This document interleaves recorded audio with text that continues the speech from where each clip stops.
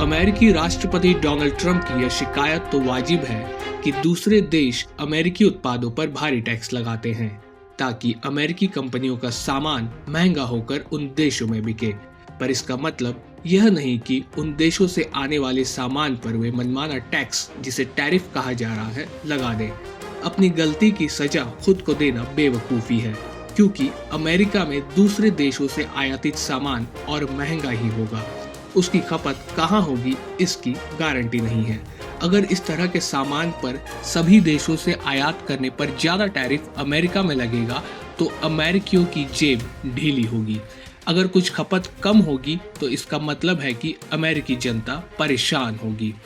America को सामान निर्यात करने वालों को इस टैरिफ से फर्क इतना ही पड़ेगा कि उन्हें खरीदार दूसरे देशों में ढूंढने होंगे जो आसानी से मिल जाएंगे। दूसरे देशों में अमेरिकी निर्यातक और आयातक दोनों नुकसान में रहेंगे। भारत में जब गरीबी दूर करने का समय आया और औद्योगिकरण की जरूरत थी तो हमारे शासकों ने देश को मंदिर मस्जिद विवाद में धकेल दिया है। भारत आज 85 करोड़ भूखे लोगों को मुफ्त खाना देने को मजबूर है, तो दूसरी तरफ अरबों खरबों रुपए धार्मिक यात्राओं, मस्जिदों, वक्फों के विवादों में बहा रहा है। अमेरिका में आर्थिक संकट आया है तो ज़रूरत इस बात की थी कि वह चीन के उत्पादन केंद्र बनने से उसे रोकने के लिए अपने यहाँ साइंस और टेक्नोलॉजी को बढ़ावा दे, ना कि दूसरे देशों से टैरिफ लड़ाई में उलझ जाए।